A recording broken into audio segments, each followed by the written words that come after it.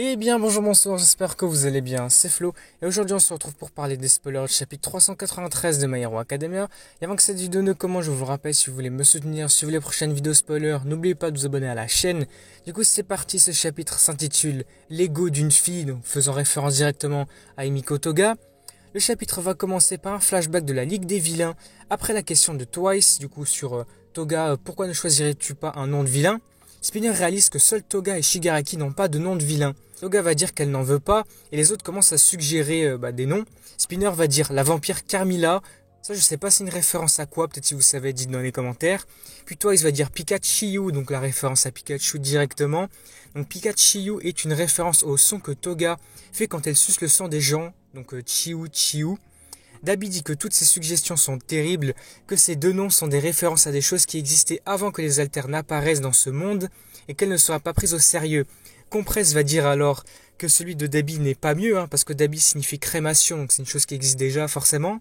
Shiraki explique qu'autrefois il n'y avait pas de distinction claire entre les héros et les vilains, et qu'une théorie veut que le nom de votre héros ou de votre vilain soit donné par votre ennemi, donc les héros donnent le nom aux vilains et les vilains donnent les noms aux héros.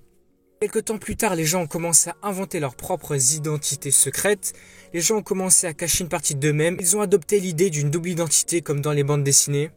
De nombreuses théories affirment que les noms des héros et des vilains sont la principale raison pour laquelle le monde d'aujourd'hui ressemble tant aux bandes dessinées, mais Shigaraki dit qu'il n'en a pas besoin. Toga est fascinée par cette explication et dit que c'est pour cela qu'elle a rejoint la Ligue des Vilains, parce qu'elle voulait aider à créer un monde plus facile à vivre. Elle décide donc de continuer à vivre sous le nom de Himiko Toga, donc sans un autre nom comme Shigaraki le fait actuellement.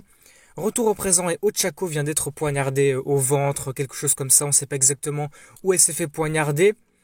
Mais elle parvient tout de même à dire qu'elle n'essaie pas d'apitoyer Toga. On va voir qu'elle va la toucher et va activer sa technique Zero Gravity. Toga recule mais se dit qu'être en train de flotter comme ça en ce moment ne va pas lui faire courir de risques. Toga dit alors qu'Uraraka dit de belles choses maintenant, mais que plus tard elle l'enfermera dans une cage et lui infligera la peine de mort, ou pire encore elle la tuera ici même, comme ils l'ont fait par exemple avec Twice. Il s'agit de gagner ou de perdre, de vivre ou de mourir. Uraraka dit que Toga ne fait que répéter ce qui est considéré comme du bon sens, mais Toga l'interrompt et dit que si le sentiment d'Ochako n'est pas de la pitié, ça ne peut être que de l'égoïsme. Elle va ensuite utiliser une technique Deadman's Légion qui rassemble de multiples clones avec de différents personnages. Nous voyons plusieurs cases montrant les héros attaqués par ces clones. Nous voyons également la journaliste dans un hélicoptère qui va dire que la théorie du jugement dernier des alters est en train de se réaliser. Le monde est sur le point de changer à cause des sentiments d'une seule fille, donc Toga. Toga va envoyer une vague de clones sur Ochako, mais elle va réussir à se défendre en utilisant les arts martiaux de Gunhead. Toga va dire qu'il est inutile de les faire flotter, mais Ochako va répondre que son alter n'est pas destiné à blesser les autres. Toga se souvient de ce qu'Ochako, donc ce qu'Uraraka ici, a dit à propos de la mort de Curious. Uraraka saigne encore et hurle de douleur. Elle admet qu'elle est peut-être égoïste et qu'elle ne peut pas prétendre que Toga n'a jamais rien fait de mal, mais lorsqu'elle la regarde, elle comprend maintenant que de nombreuses circonstances ont dû la conduire à être ce qu'elle est aujourd'hui. Et c'est pour cela que Toga pleurait pendant la guerre précédente notamment, lors de leur affrontement. Toga s'énerve encore plus en disant que les larmes sont la faute d'Uraraka. Et elle est d'accord, mais dit que ce n'est pas que ça. La première fois qu'elles se sont rencontrées dans la forêt, donc au camp d'été, Ochako avait peur parce qu'elle ne pouvait pas la comprendre. Mais même pendant le combat dans la forêt, Toga a réussi à sourire d'une manière si pure, donc selon Ochako. Toga lui dit de se taire et commence à se souvenir de Twice, en lui disant que le fait qu'elle n'ait pas choisi de nom de vilain était un excellent choix et qu'elle devait vivre comme elle l'entendait. Uraraka dit qu'elle a déjà repoussé Toga une fois et qu'elle sait que ce monde n'est pas idéal pour les gens comme elle, mais comme elle admire le fait que Toga puisse parler ouvertement des choses et des gens qu'elle aime, à ce moment-là elle pense à des coups. Les deux personnages sont ensuite dessinés comme de petits enfants. Uraraka dit que le sourire de Toga est si beau qu'il lui fait même souhaiter que le sien soit pareil. Toga se souvient que ses parents lui disaient qu'elle avait l'air d'une déviante, mais Uraraka lui dit « Je ne peux pas faire comme si je ne t'avais pas vu sourire ». J'ai l'impression que cette phrase, ça reprend les paroles que disait Deku « Je ne peux pas faire semblant de ne pas avoir vu cet enfant pleurer, je ne peux pas faire semblant de ne pas vouloir aider un enfant en détresse », quelque chose comme ça. Donc lui, pour Shigaraki, on voit qu'il y a un parallèle entre les deux personnages.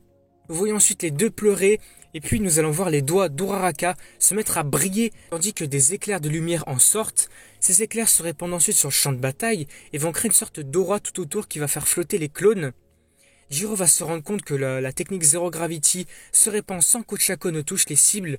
Ochako va dire qu'elle n'ignorera pas les crimes passés de Toga et qu'elle ne soutiendra pas nécessairement tout ce qu'elle a fait à partir de maintenant, mais que si Toga veut toujours lui parler, elle est prête à lui donner son propre sang pour le reste de sa vie. Je veux parler d'amour avec toi, Himiko-chan. Ochako va tendre sa main pleine de sang vers Toga, et dans la dernière image du chapitre, nous voyons les deux personnages enfants une fois de plus, Ochako offrant sa main pour que la petite Toga puisse boire son sang et arrêter de pleurer. C'est ainsi que le chapitre se termine, nous apprenons qu'il n'y a pas de pause la semaine prochaine. Et puis petite information supplémentaire, quand on regarde le chapitre, il fait 17 pages, donc en comptant les doubles pages, etc., ça fait 17 pages. Donc Horikoshi reprend enfin les gros chapitres comme il avait l'habitude de le faire avant. Donc ça c'est cool, un vrai chapitre normal on va dire. Du coup voilà, on s'arrête ici pour ces spoilers. En tout cas, ce que je voulais dire, c'est que ce chapitre était vraiment incroyable. On a beaucoup de flashbacks, d'explications, d'infos sur Toga, sur Ochako. Vraiment le parallèle entre les deux, cette confrontation. C'était vraiment très sympa, très cool. Et puis en cette fin de chapitre, on a l'éveil de l'alter d'Ochako. On apprend que son pouvoir d'annuler la gravité sur les choses peut se répandre sans qu'elle touche nécessairement ses cibles. Alors c'est ce que beaucoup de personnes pensaient sur l'éveil de l'alter d'Ochako. C'est ce que je pensais également, c'était un pouvoir très intéressant, une évolution de pouvoir très intéressante. Et du coup voilà, c'est ce qui arrive actuellement, n'hésitez pas à me dire ce que vous en pensez, notamment de son éveil d'alter d'Ochako, ce qui se passe avec Toga, sur les chapitres, etc. Si cette vidéo vous a plu, n'hésitez pas à liker, à commenter, à partager, et surtout n'oubliez pas de vous abonner à la chaîne pour me soutenir sur les prochaines vidéos. Et du coup moi je vous dis à la prochaine.